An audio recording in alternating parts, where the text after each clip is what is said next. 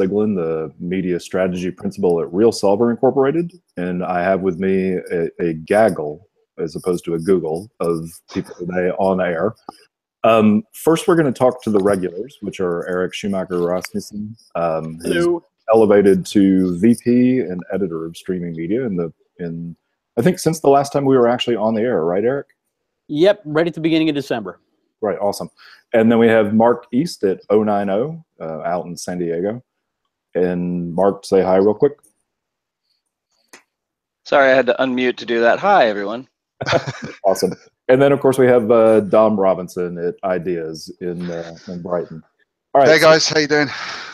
So before we get into our guests and the topic of the day, which is internet radio, I want to talk to Dom, Eric, and Mark real quick. Beginning of 2018, 20th anniversary of streaming media, what are the trends that we're seeing for the first couple months here? I want our audience to really be able to understand some of the things from a trend standpoint, and then what events are we going to sort of keep on top of the industry? And I'll open it up to any of the three of you. My first event of the year is going to be the Streaming Media Advanced Forum, actually. So I'm not going to be over at CES or anything. So I get a lazy start to the year. Okay. And what about well, I'm heading over to CES next week, as you are, Tim, I believe. And boy, for trends, I mean, it's more of the same in a lot of ways. Workflows moving to the cloud, although there's more, I think, more and more discussion of a combination hybrid, cloud and on-prem workflows. But it really seems like the big trend at CES is going to be AI and machine learning. And so I'm looking forward to seeing what's going on there next week in Las Vegas. You're going to be doing something at Stream Media East in May, right around machine learning and AI. We are. We're going to have a one-day track devoted to that topic at Streaming Media East. So that should be pretty cool. Good. Awesome. Mark, what about you? In terms of what we're going to see at trade shows in the first quarter of the year, I mean, I think it's a lot about 4K and HDR production, at least in my world. So continuing to try and figure out how to do that at a price point that's reasonable. I think that's first and foremost for me.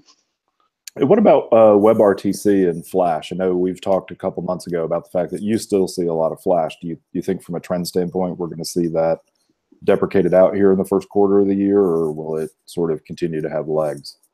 I think it's been as deprecated as it's going to be for now, and we'll continue to see this very long tapering off of the use of those technologies. But in terms of are you talking about specifically in terms of video player functionality and that sort of thing? Video player functionality, I think, is where I'm going with that one. Yeah, I think as more and more enterprise customers adopt things like player.js and that sort of thing, I think we're going to see a lot less Flash. Right now we 090 offers a Flash-based player that fails over to HTML5 and that sort of thing. But we also offer a player.js based player. So it's just a matter of what people are used to and what they need to support and that sort of thing. And the support is still there for those technologies. How much longer remains to be seen. So does that mean we can still write an article sometime in the middle of 2018 that Flash is almost dead? Because it seems like we've written these articles for the last 7 years. Yeah, we're still pounding nails into that coffin. Yeah, we'll see what happens. Yeah, I mean, I would say by the end of 2018, I'd be very surprised if we're still offering that to any of our customers. It's really very few and far between at this point. Okay, interesting, good. So Dom, internet radio is the topic of the day, and as we talked about before the top of the hour, to me it goes way back to even things like pirate radio. You in Brighton, and of course Dane, who you'll introduce, and even Paul, who you'll introduce, have all been sort of involved in those kinds of things. Take us back into the early days of where we discovered that we could put legal or pirate streams on the air and have it be internet radio. And then later we'll come back and talk about what it is today. But I want part of the audience to understand the history. Yeah, sure. I mean, it's possibly worth just touching on my own personal first streaming experience, which was doing a live link between the Ministry of Sound in London and the club down here in Brighton back in '96. And what we realized was that, you know, we were running small sort of, I don't know what you'd call them, but niche interest drum and bass club nights, and we wanted to we had an opportunity to do a big gig up in London, but we wanted to entertain our home crowd, and to try to get that audio from London back down to a club in Brighton using traditional broadcast methodologies was just absolutely out of the question and impossible at the time. I love the music. And was this around the time that sorry about that, a little Adventure Time theme for all of our listeners. was this around the same time that people were using ISDN to do remote connections as well? Yeah, exactly. So it was either ISDN and using some sort of ISDN codec, or it was using a satellite link or something just insanely disproportionately. You know, the budget for the link would have been many times the budget for the club night. So it was just going to be impossible. And I was interested in how we could get stereo between the audio desk in the club in London down to the PA down south. So, and that was pretty much why I went searching on my very early Netscape navigator to dig out a way of streaming stereo, and discovered the joys of at the time MP3, and then actually I think what the stream we did was a real audio stream, because it had just come out and it was kind of sexy and actually usable. So yeah, we ganged together some ISDN lines and streamed it. But at the time, I remember the question on everyone's mind was it legal? So I felt like we were doing something that was pirate, and that made it even more exciting. And then from then on, I you know, still working in the club circuit for many years, and we started doing lots of Fatboy Slim was emerging locally, and so I started doing a lot of streams out of the back of. And I have to add something to that. Sorry, because I know this is your section. I walked into the local post office the other day, and the lady said to me, "Who was that dancer who showed up in the Fatboy Slim video?" That was me. Yeah. it turns out it was actually Christopher Walken. Chris Walken, yeah, man. Weapon of choice. And I'm like, the only thing I could think about with Fatboy Slim was you, and talking about how you guys had done like the raves where you had the cardboard tube speakers. So, yeah, absolutely. For the audience who doesn't understand pirate, talk about what pirate is, because that essentially started in the UK, and those of us in the States may not understand it. Well, it's almost a great point to segue into our first guest, actually, Dane, because although Dane wasn't directly, I don't think Dane was even out of school at that point, bless you, but but the two other founders of Dane's company were, there were 4 people locally who'd set up the local University of Sussex radio station in the late 70s, I think, and then gone on to set up a radio engineering company, basically. 2 of them went on to do the pro company, and the other 2 were building pirate radio rigs and radio transmitters and stuff, and they're still, you know, they're still around and about Brighton. And those guys were tightly involved with Radio Caroline and some of the transmitters that were being used for that, which was probably the archetypal pirate radio, where they basically stuck a radio station just outside in the international waters off the coast and broadcast to the UK. Because they were in international waters, they obviously skirted around all sorts of broadcast licensing, right, and probably more importantly, the royalties societies at the time, which may have been bad in terms of royalties for the artists, but in terms of raising the profile of those artists, you know, anything that was anything in the 70s and 80s was basically born on Radio Caroline, I think, in the music scene. And so pirate, because it escapes the boundaries of the confines of commercialism, does create a sort of hotbed for innovation, I think, much like I think Hollywood did for evading patent laws for the movie industry on the East Coast. So I think there's a lot of parallels in there. So yeah, I think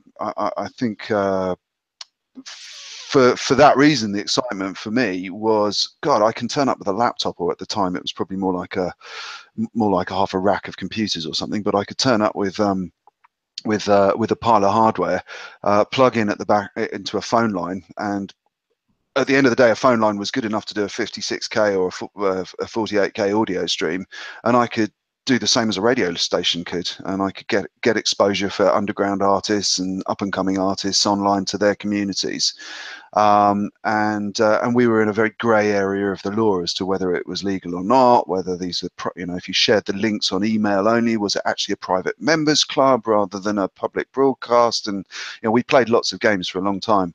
That's all much different these days. But anyway, that's probably a good point to segue on and introduce some of our guests, because these guys are guys who spend their days all the time focused on internet radio, and we have both Dane and Paul with us today. So Dane, let me bring you to the floor. Do you want to tell us a little bit about what you how you've got into the industry, and also what you guys do today? Yeah, of course. Hello, audience. So yeah, we predominantly I focus on internet radio 24 hours a day, 7 days a week, 365 days a year. That's what we do. I fell into the industry, I guess, by ending up running a department within a FM and AM broadcast company that happened to do the early days of streaming. We were actually the first company in the UK to do a radio streaming service for people. And it's kind of curtailed from there, really, being there for sort of the last 10 years, seeing every trend come from just Windows media streaming is what it started as in audio for us, all the way through to obviously Flash and where we're at now, which is a blend of IC and HLS and other tech that runs audio. We've lost you, Dom. I can't hear your mic. I have to turn the mic back on. There we go. Yeah, what are the big challenges you've seen in tech changes over the years? You know, device compatibility, has that been a key thing? You say you're streaming to HLS, but if I think about my very weird in-car radio and stuff, that'll play an MP3 stream. Do you have a very long tail in terms of format support? What are the tech things? Excuse me, taking it into tech, guys. I know the rest of you probably want to talk about the business, but well, that's not good. So much, really. I think we don't have too much of a long tail. There's not really that much HLS that goes on. We do support it for specific applications. You were talking about Ministry of Sound, actually. That was one of those applications for the guys that were going onto the tube, and they wanted to actually have a significant buffer for when they went on the tube and popped out the other side. Great application for radio like that, almost time delaying it. But these days on the tech side, it's generally still ICY Icecasts or a flavour of, be that through something directly through Icecast or someone like AdsWiz, which is a monetized server essentially. I think the biggest tech change we saw years ago was obviously the release of the iPhone and the mobile consumption. And obviously these days, I think it's some stat ridiculous, like over 75% of all audio online is mobile these days, which is pretty crazy. But back in the day, it's a lot better now to what it ever was, because back in the day it was a complete and utter nightmare for compatibility. All of you must have seen, you go onto a website and you would have 5 or 6 or maybe 10 different options on how to listen on Shoutcast Player, listen on Winamp, listen on VLC, listen on Windows Media Player. It was an utter nightmare. No one knew what to do when they was presented with the buttons. So it's good to see it's kind of been standardized to a point. Yeah. But yeah, certainly more flexible than it ever was today. And I think being able to listen in your car is a prime example. I think the audio embeds in HTML5 have definitely made things a lot slicker and a lot easier. I would say, having been playing around with them quite a bit over the last couple of weeks, that they're still not very mature. They don't offer a lot of option for skinning. If you want to start making your players look pretty, you do need to quite quickly move back over to some sort of plugin. At least that's my impression at the moment. Yeah, or a fully falsified player library that's been built specifically for audio, that's not just the HTML5 standard. Yeah. You can't even change the skin from light to dark and simple things like that. It's really the HTML5 players need more love from the big boys. They need to spend less time on codecs, video codecs that nobody can see, and more time on HTML5 audio players that actually millions of people use. Actually, before we switch over to Paul, I wanted to just ask one other thing. One of the things that always impressed me about audio streaming in the CD, specifically in this sort of distribution side, a simple media server for video might handle 1,000, 2,000 simultaneous connections, but in the audio world, you're typically seeing many more streams than that, and I think that's an important dynamic in terms of planning infrastructures and putting together architectures that can deliver to larger audiences. And also, I think that you're not an Akamai or a Limelight, a Sharpstream, but actually in terms of the volumes of users, you probably eclipse them, or at least you probably have significant volumes of audiences on your radio platforms. We do. I think going back to the point of running so many users on a particular instance, say, I think that really depends. That's changing day by day because of the advertising and monetizing services on in-stream for live and on pre-roll and in-stream for on-demand. So a standard box that we could put out there now, you could probably run, I don't know, 8 to 10,000 clients off of that single unit, which, because of audio and Icecast, is pretty reliable. But moving forward to today of running advertising services, that falls all the way down to 2,500 to 3,000 users, depending upon the platform you're using, purely because of the sheer amount of cache and re-encode and everything that needs to happen to actually stitch those ads in seamlessly for FM replacement or insertion. So we're starting to see that change. The infrastructure planning needs to be much more detailed and thought through, and it is a lot more heavyweight now than it ever has been. Whether that changes as the technology develops over the next 5 years, I guess we'll see. So that's cool. So we'll come back in a minute. But Paul, let's bring you live. How you doing? I'm doing well. Thanks for having me. Excellent. Paul, tell us a little bit about. Love the fact that Paul has absolutely beautiful audio today. It sounds like he's in a radio studio. I just had to point that out. So Paul, tell us a little bit about your background in the radio space. So I've been in non-commercial radio here in the States for decades, which has included college radios, included community radio. And then I worked in streaming media in education. So that included video, but also included audio, included radio, again, way back to those early days in the 90s when we were thrilled to get that, 56K BPS stream up on our Real Audio server.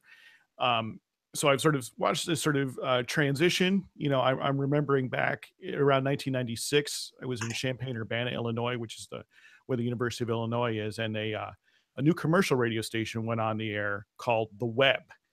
And its whole reason for being is that they were going to be one of the first that they were going live with a radio and with a live stream. And that was really something new in 1996. The station didn't make it. It was kind of a AAA, kind of adult alternative. And it was a bunch of mostly radio nerds who put it on, but I think they're probably undercapitalized. But I remember that being very exciting.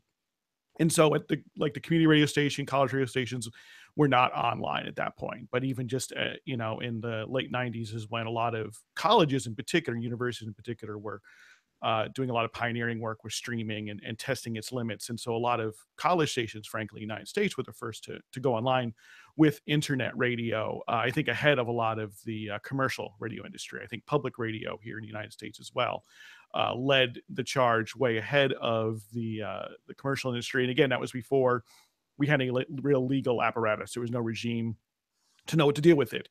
And I don't remember anyone worrying about it here in the States. In the UK, people were worried about rights and things like that and copyright. And I think here in the States, folks were just like, let's just do it. And then we'll let the laws catch up, or we'll let the rights holders catch up with us, which of course they did with the Digital Millennium Copyright Act. So what I was going to say, what was that? Is that a cultural thing, or is that a sense that there was always going to be a bigger fish for the RIAA to target, or something like that? Yeah, I'm certain it's a bigger fish thing. I'm certain, at a university, or even some of the pioneering commercial stations, they definitely thought of themselves as small, slipping under the radar. They were paying the royalties. I mean, if you were a broadcast station here in the U.S., you were already paying those royalties to the recording industry, really to the rights holders, as necessary. So everyone just figured it would cover until it would get figured out. And what's the licensing models today? Because over here, we in fact, Dane and I, as a sort of bit of a side hobby, have a internet radio station we still run, and we have, because we've got a very low audience listeners, you can pay here an MCPRS what's it called, limited online music license, and it's about £180, so a couple of $100 a year for up to 180,000 listens over the year. And if you pay that license, it's basically a bit of racketeering from the royalties services, because if you pay it, then you don't have to produce logging, and I think that does that the overhead of logging is quite a killer, certainly for bigger stations. And do you have a similar system in the States? Similar, yeah. There's an organization called Sound Exchange, which collects the mechanicals royalties on behalf of the recording industry.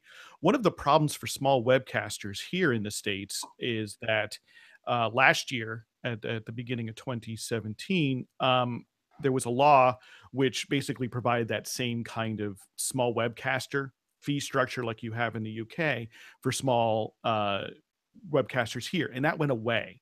And so now, and there continues to be an exception for non-commercial. So, but you have to be either like a nonprofit organization, a school, or you have to have a already licensed non-commercial radio station. So colleges, universities, community radio stations, public radio stations can still go with these smaller licenses. But if you're sort of just your average person who wants to start a station, isn't incorporated in a particular way, the fees have gotten to insane, in fact. Really? And there was like a near apocalypse in terms of small webcasters going off the air in the US.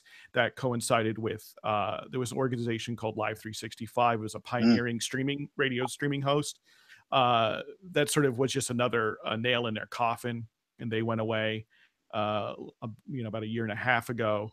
Live 365 is back now in the US. Somebody bought the rights and has restarted it and figuring out ways to work with the new licensing regime and making streaming more accessible to small webcasters, but it's more expensive than it was, and it's become more difficult for anyone who's not associated with a larger organization or a nonprofit. Yeah, it's I was very sad when Live 365 passed away. It was that they were certainly in their early days. It was very easy to use their servers and actually grab the streaming URLs from behind their front ends and just embed those URLs in your own sites and so on. And that was, I cut my teeth with those guys. I think long before there was another CDN available to do it, I was using Live 365. So it was a real shame that those guys didn't find a way to survive. Yeah, the new Live 365 is good. The guy who started it is a really young guy, entrepreneur who became an entrepreneur in college, University of Pittsburgh, and came out and got the funding together to buy the rights. And he's, really worked hard to set up something that's much like the old Live 365, but based on the new cost structures.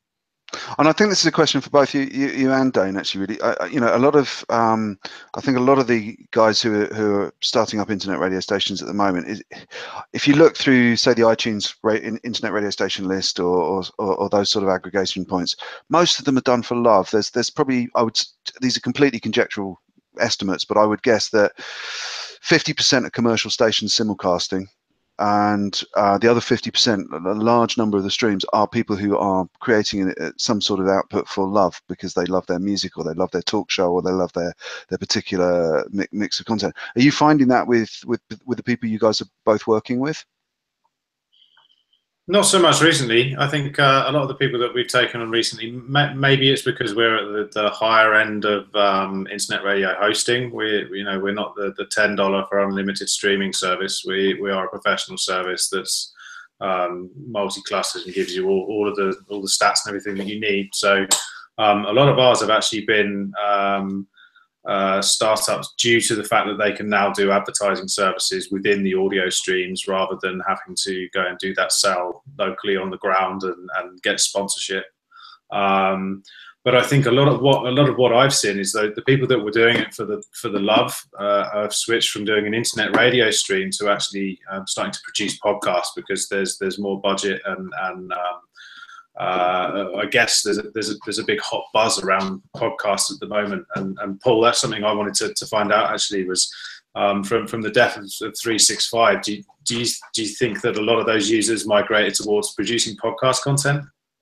Not really, principally because you can't use music in your podcast without licensing it directly. There's no sort of umbrella license where I can host a music show. There are services like Mixcloud, which is based in the UK, which they calls themselves a podcasting service, but it's actually streaming. There's no downloads. Yeah. And they cover the royalties for you. So some folks migrated there, but it's less well known in the US. And so I think that, you know, with the death of Live 365 and the change in royalty structure in the US, it left people really without a good outlet if they wanted to principally present music. If they wanted to principally present talk, then yeah, podcasting ends up being a great outlet. Or if you're really only looking at music, which is underground, or which you have a direct relationship with the artist at a label or something like that, sometimes podcasting works. But for the most part, there didn't end up being an outlet. And I know that there are some folks doing what you might call a pirate stream in the US, meaning they're not paying sound exchange royalties or just simply not registering, because in the US it's you opt in and they might chase you down and they might find you. But if you've got 12 listeners, you may never get found. And I know some folks just decide to say, forget it, I'll just kind of go pirate here in the US. But I think that mostly just left a big hole. So I got a quick question on that, Paul and Dane and even you, Dom. So it seemed like before streaming internet radio, and as I was saying at the top of the hour, I was a consumer. The only cool thing I've ever done was listen to a Turtle Beach Audiotron, and some guy in New Zealand was doing a live radio stream, and I sent an email asking for a particular song by Tom Paxton to be played, which of course he didn't have, and he nicely deflected and played another song. But here's the question. You talk about an outlet, Paul, where there's not an outlet for it. In the old days before internet radio streaming, a frustrated disc jockey either had to go work with a not-for-profit, non-commercial radio station, go take a class at a local college or university, and you know, do his hour or her hour on the air. Do you think there is a market out here for those frustrated disc jockeys? And is there a model that a company could start up to actually handle the licensing for the music, whether it's for live internet radio or for podcasting? Yeah, I mean, I think that's what Live 365 with under new ownership is trying to do, is to provide that. It's definitely more approachable in terms of cost because of the way he's aggregating royalties and aggregating the cost of streaming. So I do think there's that outlet. There's been an explosion in non-commercial radio here in the United States in the last few years with a class of stations called low power FM. So the opportunities to get on the air around the country have multiplied in almost every major metroplex, plus lots of small towns. The vast majority of these low power stations have an internet stream, rely on internet streaming, because frankly, their air signals are weak, you know, by law, by design. And so for a lot of those stations, the internet stream is the principal way that they reach their audiences, and those opportunities have magnified. And of course, they pay very low royalty rates because there's still an exception that's specifically negotiated for non-commercial stations. So there's a lot there. And then I think Mixcloud is another way I've seen a lot of people go, because you can make basically a music podcast. It's on demand. Right now, Mixcloud it's free for you as the broadcaster. They cover all the royalties. I've played with it myself. It's kind of fun.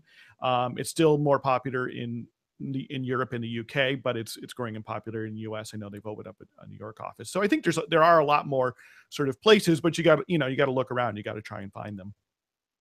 Actually, Dane, I wanted to cut in there. There's, can you talk a little bit about is it Radio Player, the sort of aggregation project? I forgot. Is it Radio Player? Yeah, Radio Player. So Radio Player is a client-side player that radio stations install on their websites, and once they've subscribed to being on the Radio Player platform, then it aggregates them into that platform across any device. So that can be apps, websites, car, etc. The cool thing is when you've jumped onto someone's website, onto their radio stream within Radio Player, then you can search for any of the other radio stations that are within Radio Player and jump directly to them as if you were in the car. So you're pressing numbers 1 to 6, for example. It was originally conceptualized with the BBC over in the UK back in 2010, I think, 2012, around that time. It's since been licensed out to Germany, Canada, Italy. I think they've hit France and Spain now as well. I'm not sure of the adoption rates in those territories, but it's a very nice idea. Initially, people were concerned that obviously you would jump onto their radio stream and then someone would you'd lose your audience because they would see other radio stations advertised. But I don't think that's been the case at all. I think it's just made it very, very easy and standardized for, from a listener perspective, to actually get on, start listening. The button is in the same place as every other radio station website, so you haven't got to search around the page for how do I start listening in the first place, where's the volume controller, and it's definitely made an improvement for sure.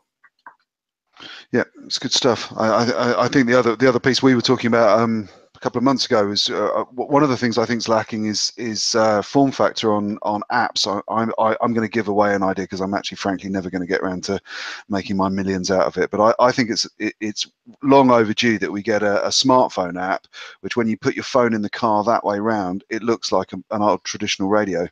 Mm-hmm. I haven't yet seen that done, and I just don't know why, because when I'm driving I can't fiddle around with tune-in radio. It's incredibly fussy, incredibly small, and I think that having an app that looks like a traditional car radio, with just scroll across your radio stations, press your buttons nice and big so it doesn't cause you to crash while you're driving. Somebody tuned in, please make that. Have you checked out radio players car mode on their own app, radio player app? No. Does it do that? Check it out. I think it does something similar, but I think it's only to UK geolocked countries, publishers. So I don't know whether that works everywhere else. There's probably a flavour for each territory, I would have guessed. I think the most interesting thing is I think there's a lot of innovation in the radio space, and everybody, certainly as a community, Eric, Tim, Mark, we're always talking about high def video and the latest codecs and so on, but this stuff is actually quite nichey stuff, whereas the radio stuff, people just subconsciously sit down at their desk and start listening at the beginning of their day's work, and they listen to audio all day, and the amount of time and dwell time people are streaming audio is just disproportionately larger than video. I think that's absolutely. I think that the interesting question to ask there is how much of that is live versus on demand, because what we're really talking about right now is live audio streaming versus podcasts versus on demand, the music discovery radio type of services. So I think the interesting question to ask is is there an audience for live audio? Is there an audience for that what we've been talking about for the past 10-15 minutes, or are we searching for an outlet for a bunch of frustrated DJs? Which I think to some extent is what it's always been, is that we've got a bunch of people who want to do something and don't have much of an audience and aren't able to really monetize it and that sort of thing. So but I don't know the state of that industry, so it'd be interesting to hear from Dane and Paul where we are with that. Proportionally, actually, obviously it's not. If you took like an FM station in London, for example, those guys, the online percentage of their listening is probably, 15 to 20% are online listeners versus FM. But that 15 to 20% is making them more cash than their FM sales are throughout the city, because of the fact that they can dynamically target and advertise to the users wherever they are. So if they're in the north of the country, they can give them the advert specifically for the local coffee shop in the north where they currently are, and obviously you can't do that on FM. Once you've signed the deal and you put the Coca-Cola advert out there, then that is the Coca-Cola ad. It goes out to everyone, and that's the biggest game-changing thing for live audio, certainly on the streams that we deliver at the moment. Interesting point. I think in the US, we see, I don't have the same access to the kind of stats that Dane has, but some of the top online properties include major United States broadcast companies, which are doing live streams, whether it's CBS radio or public radio. I think is very, very popular online here in the United States, which is principally talk programming, but there's a lot of music programming there as well. It's harder to count up all the little stations and college stations and all of those which are also streaming. But you know, I know that from being at a college station a few years ago at Northwestern University, you know, we had a very hardcore listenership online. You know, it's hard to know. We didn't get ratings. Again, not a commercial station. It's hard to know it as a proportion of what our you know, terrestrial signal picked up. But, you know, lots of listeners around the world, hardcore. They'd call in sometimes, definitely email us all the time. They were donors. We had to send, you know, premiums for donations across Europe to the Netherlands, to the UK, to Ireland, all the time. So, and we're sending them all around the United States as well. So I do think that people are listening when they want that experience where they're letting someone else take control, right? Where instead of an algorithm taking control, instead of knowing what's going to come up or having a good guess like you might with Pandora, they're looking for someone to play that curator, right? And I think there's always that tension between a curated stream, something which, you know, you don't have complete control over, versus one which has been algorithmically put together for you and around what you like.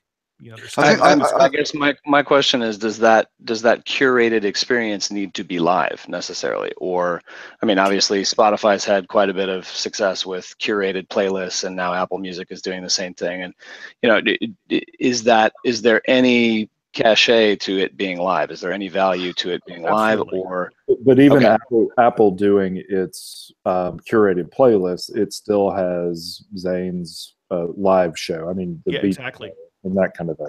I think something very important about radio is it's been doing community for 70 years longer than social media has, and I think that live is actually one of the things that always brings me back to live, and why we've been doing our radio show for years is I actually like that moment where you share something. A curated playlist is something you do on your own. It's almost masturbatory. It's kind of it's very private. It's very just targeted at you.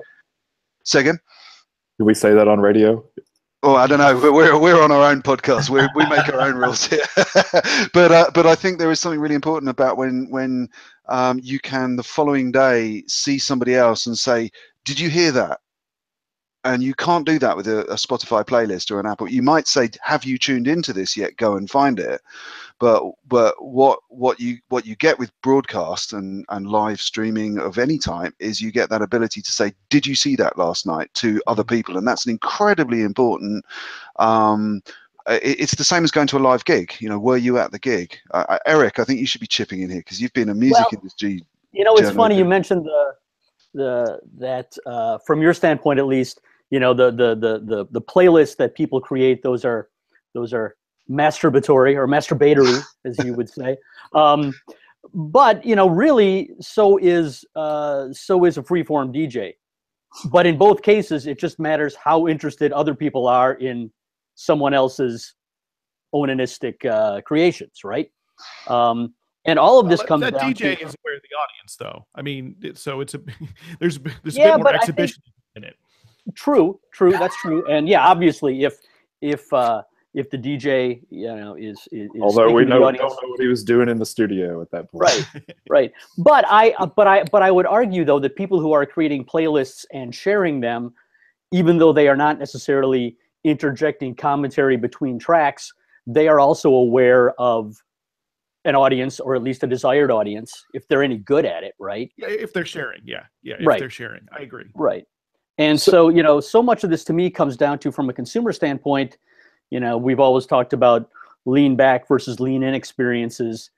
There are different degrees of leaning in.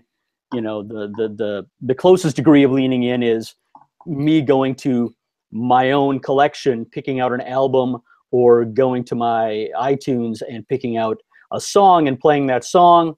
Lean out a little farther. Maybe it's a playlist I've created. Lean out a little farther, using Spotify and just clicking on an artist. Lean out a little farther, letting Spotify generate a radio station, and then, you know, on and on and on to where you get to the point where you just want to hand the reins over to somebody else and let them call all the shots. So I've got a technical question to something Dane said, and let me back up real quick. One of the things that we're describing here is actually having old media mimic new media, which, if you think about it, we could actually have celebrity playlists that are played live on radio with a celebrity DJ doing Bono's celebrity playlist for 2 hours. Steven Johnson wrote a book called The Interface Culture years ago that said that when a new media is about to take over, the old media starts mimicking it. So here's my technical question. We've got something like HD radio, which is coming out in the States. And Dane, you mentioned that in the UK, on the app, they can charge higher on the CPM rates for the app-based because somebody in the north of the country can get a localized ad. Correct. Is it possible that we're looking, and Paul, I don't know anything about HD radio really, but is it possible that we're looking at similarities there that if, while the DJ may be live and the music may be live, the ads themselves, because they're already pre-recorded, could be inserted based on a location that you're at. So if you happen to be hearing this and you're on the interstate by a particular city as opposed to the other end of where the broadcast can be pushed out to, you know, from a local radio station, that you would hear a different set of ads based on your location, based on the time of day. Are we looking at old technology like radio to sort of mimic new technology by being able to do customized ad insertion, et cetera? Well, I mean, commercial radio in the States is very rarely live anymore. It's almost all automated to begin with.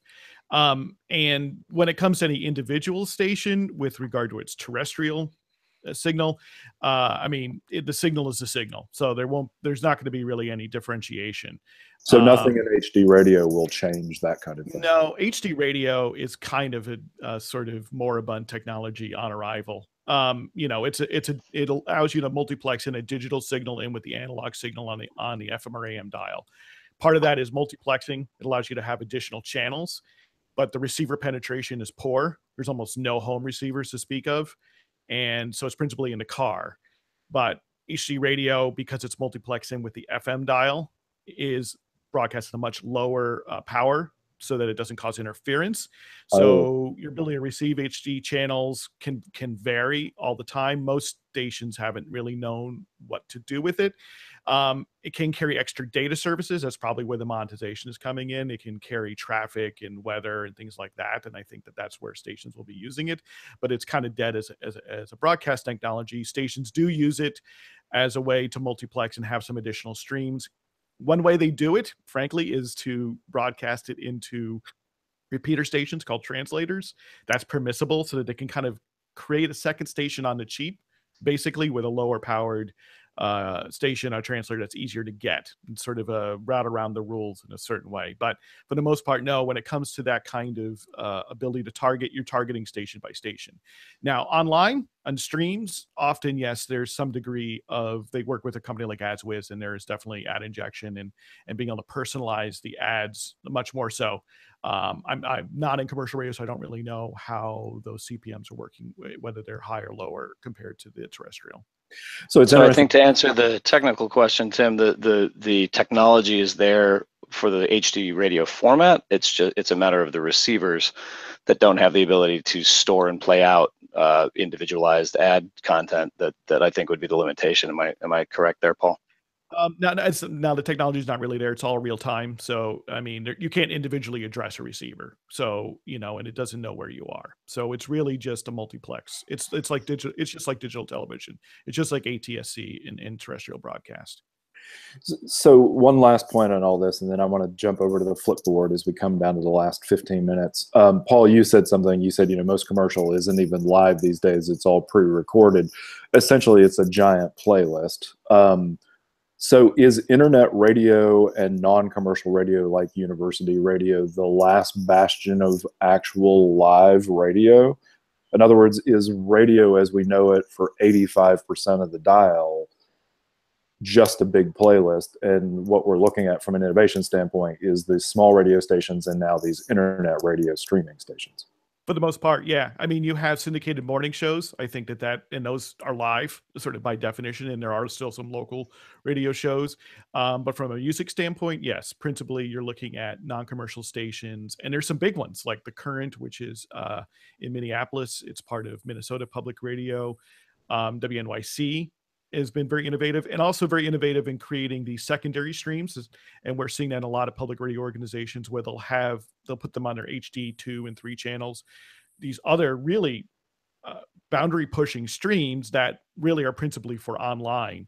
And we're seeing college stations and community stations also playing with the idea that, hey, internet allows us to give even more people an opportunity to be on the air. So we'll have our principal stream, our principal terrestrial broadcast, but then we can have a 1, 2, and 3 streams for people who are way into our blues programming. Well, they can get blues 24/7 or into our classical programming or things like that. So we are seeing, I think, that sort of innovation. Yeah, as a matter of fact, yeah, go ahead, Mark. Sorry.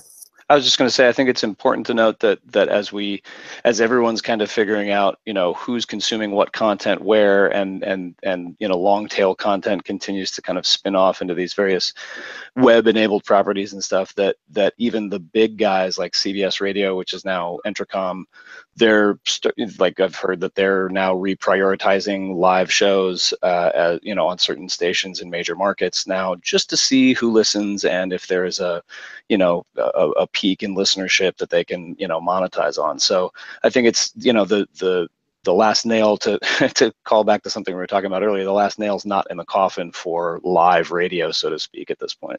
No, I think you're right. I think we're going to see the emergence of more, nationalized live programming, because I think that they're going to find that it will satisfy both. It'll be a little less expensive from a certain standpoint. The economy of scale will kick in, but they'll also be able to charge more to advertisers to do so.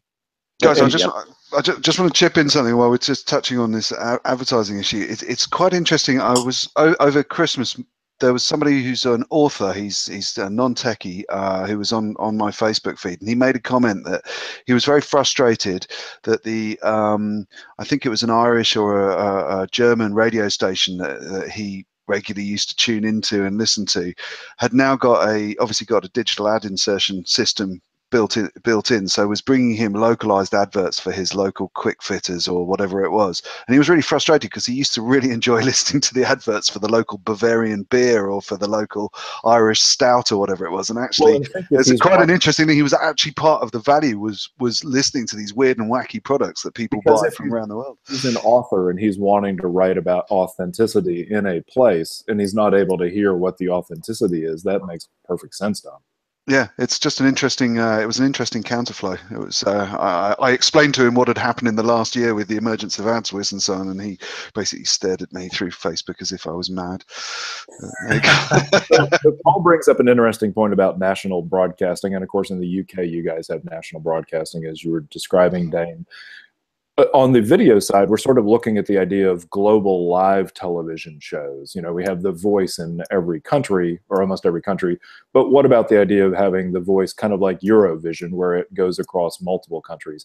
Do we think that radio itself could become that too, where I could listen to a UK station on an app, and maybe, Dom, this sort of goes to your point. I could listen to something live on a radio station in the UK, and essentially it could be rebroadcast on radio here in the States live, as well as I could consume it on an app? Or do we think we're sort of locked to territories because of the licensing model, even if the technology is there to make it happen? I think licensing obviously has a major part to play in it in the various territories, but we already take internet-only radio stations and then rebroadcast them on something called local DAB here, which is actually a pilot trial at the moment, but I think they're actually going to push that to be a full-time thing. I guess time zones is the other limiting factor. Is if you have a presenter, I think there's a differentiator between a DJ and a presenter. We haven't really discussed that, but that's for another day, I guess. I think when you have that, if it's, say, 3 o'clock in the morning, in one place and 7 p.m. in another, I don't know what the uptake's going to be in that country. I think it is more territory specific in that regard. But you and Paul, I want you to answer on that too. But let me just make a comment. You and Dom with the Thursday night show, essentially, there is that handoff model that you do where the live presenter in each location is doing it across part of the globe. So yeah. It's an interesting test. So, Paul, what's your take on sort of the way that we could combine terrestrial broadcasts with things that could go, pan region, pan continent? Yeah, I mean, that's tough. I mean, I think certainly all the same issues that they brought up are there: time zones, licensing, and things like this. You know, there's 11,000 commercial radio stations in the United States, which is a very different situation than you have in most of Europe, than you have in the UK. Radio in the US is so local, even if a lot of that promise has been squandered with the automation and not having actual local hosts. So trying to figure out how you would make that happen, I'm not sure, right? Most syndicated radio in the US is still not live except for talk radio, right? And I guess I would wonder, what is the American appetite for something that's not American? I mean, it may be more of a cultural issue at some level than it is one that is technologically or even driven by policy, since, you know, the voice is localized to the US, right? We're not watching the UK voice, we're watching. Well, and BBC here is called BBC America. Yeah, you're right. So it's hard to wonder. And because if you're really interested in listening to, say, BBC Six Music, which is a service I listen to, it's on DAB in the UK. I listen online. I listened on New Year's Eve. I wanted to hear, because I wanted to hear the New Year's Eve programming, which was really great. And of course, listen to it in the afternoon here on the West Coast of the United States. All right, so we're going to roll over real quick to the Flipboard. And Eric, I'm going to toss something out to you, because one of the top stories we have on the Flipboard, and those of you who are listening in live can actually go to flipboard.com, search for SMAF, Streaming Media Advanced Forum, and find this Flipboard. But Dom posted an article about royalties. Royalties on streaming are rising. Royalties on downloads are crashing, is what one article said. Other articles are saying vinyl sales are picking up, but physical sales are still below streaming. Eric, what's your take in terms of the whole music industry? Do they feel like they're in recovery mode or moving forward? Do the artists know that we've turned a corner? Where do we stand with this? Well, it certainly seems from the artists that I that I speak to and that I'm friend, and that's mostly through social media at this point. You know, most of them don't feel like that we've turned a corner at all, because most of them are still seeing far lower royalty payments than they've gotten previously. I think, you know, as someone posted in our private chat here, you know, certainly the number of artists getting some sort of royalty has increased with streaming. But of course, that means that there's a larger pool without necessarily individual artists. And you've always got to exclude the superstars and the blockbusters, right? And, you know, historically, the music industry has been based on the premise of making as much money off of artists while giving artists as little as possible, and that hasn't changed at all, right? So, I mean, this is a fight that goes back decades. And in fact, it goes back to the radio laws from way back in the 30s. Right. Yes. Well, and it goes to jukeboxes. Jukeboxes replacing live performers, you know, and then radio stepping in, and then on and on down the line. So it's an ongoing struggle. Things are certainly changing. The artists I'm in contact with don't seem terribly optimistic. And is that because they're having fewer listeners with the same amount of royalty, or because the royalties are dropping on a per listener basis, or both? A little of both, mostly because the royalties are dropping. The royalties are still very small on a per listen basis when you go to services like Spotify. Dom and Dane over in the UK, what's the sense there in terms of artists feeling like we've turned a corner, that the music industry, quote unquote, is coming back again? I don't think I don't think it feels like it's turned the corner for sure. But I do think people are coming up with more innovative ways of doing things. I think people have gone back to the traditional gig, actually, you know, throwing out merch, getting gigs out there, getting people paying to come to actually see them. I think that's busking is on the rise. Exactly. But I also think there is some optimism in the marketplace of connected speakers, and obviously that's something that you guys probably don't touch on so much because you're mainly on the video side of things. But the huge upsurge in Amazon Alexa devices and home connected speakers being there is an exciting prospect for actually getting people away from FM radios and raising those royalty payments by just listening to content online more. There's a prediction, I think something like 30% of all web searches are all going to be through voice without the browser, or sorry, without a screen or a browser going forward. So I think, it's an exciting time to be part of audio for sure. I think there's also I've written about this in the magazine on numerous occasions, but I think there's a gritty reality which has hit aspiring musicians over the last 20 years. And I often cite in 97, which was music to the music industries, the recording industry's ears, which essentially said that the